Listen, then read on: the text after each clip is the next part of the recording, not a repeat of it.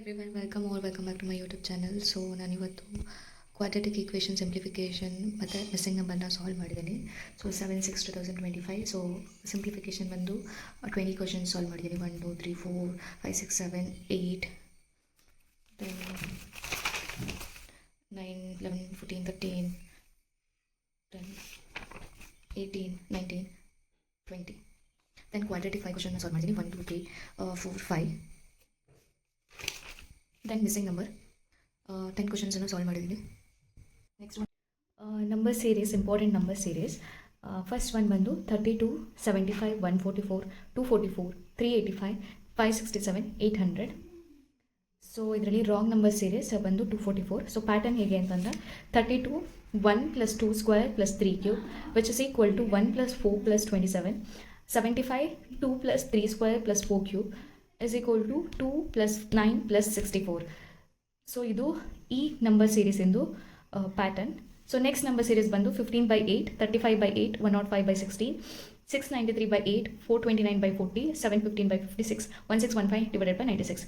So ಇದ್ರದ್ದು pattern ಹೇಗೆ ಅಂತಂದರೆ ನ್ಯೂಮರೇಟರ್ನ ಆಡ್ ನಂಬರಿಂದ ಮಲ್ಟಿಪ್ಲೈ ಮಾಡಬೇಕು. ಫಾರ್ ಎಕ್ಸಾಂಪಲ್ ಈಗ 1 × 3 × 5 which is equal to 15 divided by ಡಿನಾಮಿನೇಟರನ್ನು ಈವನ್ ನಂಬರಿಂದ ಮಲ್ಟಿಪ್ಲಿಕೇಶನ್ ಮಾಡಬೇಕು. ಸ್ಟಾರ್ಟಿಂಗ್ ಈವನ್ ನಂಬರ್ 2 ಅಲ್ವಾ.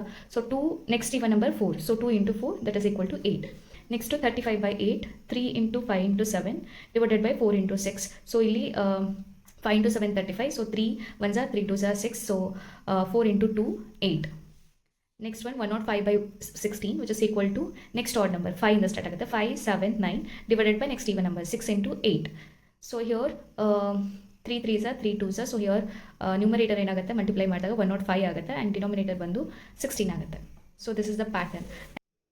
Next number series, wrong number series ಬಂದು 15 50 19 46 23 42 26 38. ಸೊ ಈ ಪ್ಯಾಟರ್ನ್ ಹೇಗೆ ಅಂತಂದರೆ low value high value, low value high value, low high low high.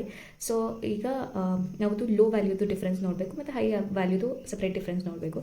So low ವ್ಯಾಲ್ಯೂದು ಏನಾಗುತ್ತೆ 15 19 difference 4, 19 23 difference 4, 23 26 difference 3 ಇದೆ. So that is a wrong number actually. So it should be 27 instead of 27. ಇಲ್ಲಿ 26 ಇದೆ. So this is the wrong number. So ಇಲ್ಲಿ high value ನೋಡಿದ್ರು ಕೂಡ 4 4 correct ಆಗಿದೆ. So 26 is the wrong number. So ಅದು mark ಬಂದಿದೆ. So ರೀಸನಿಂಗಲ್ಲಿ 25 ಬಂದಿದೆ, ಆ ಕ್ವಾಂಟಲ್ಲಿ 14 ಬಂದಿದೆ. ದೆನ್ ಅದನ್ನು ಸಾಲ್ವ್ ಮಾಡಿದೆ, ಯಾವುದೆಲ್ಲ ಮಿಸ್ ಮಾಡಿದೆ. ಸೊ ಆ ಕ್ವಶನ್ಸನ್ನು ಕಂಪ್ಲೀಟಾಗಿ ಸಾಲ್ವ್ ಮಾಡಿದ್ದೀನಿ.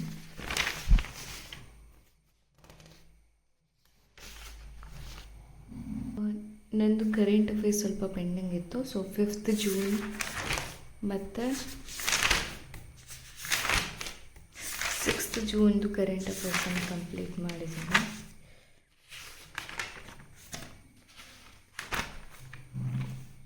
ಜೂನ್ ಮತ್ತು 5th ಹಾಗೆ 7 ಕರೆಂಟ್ ಅಫೇರ್ಸ್ ಕೂಡ ಕಂಪ್ಲೀಟ್ ಮಾಡಿದ್ದೀನಿ.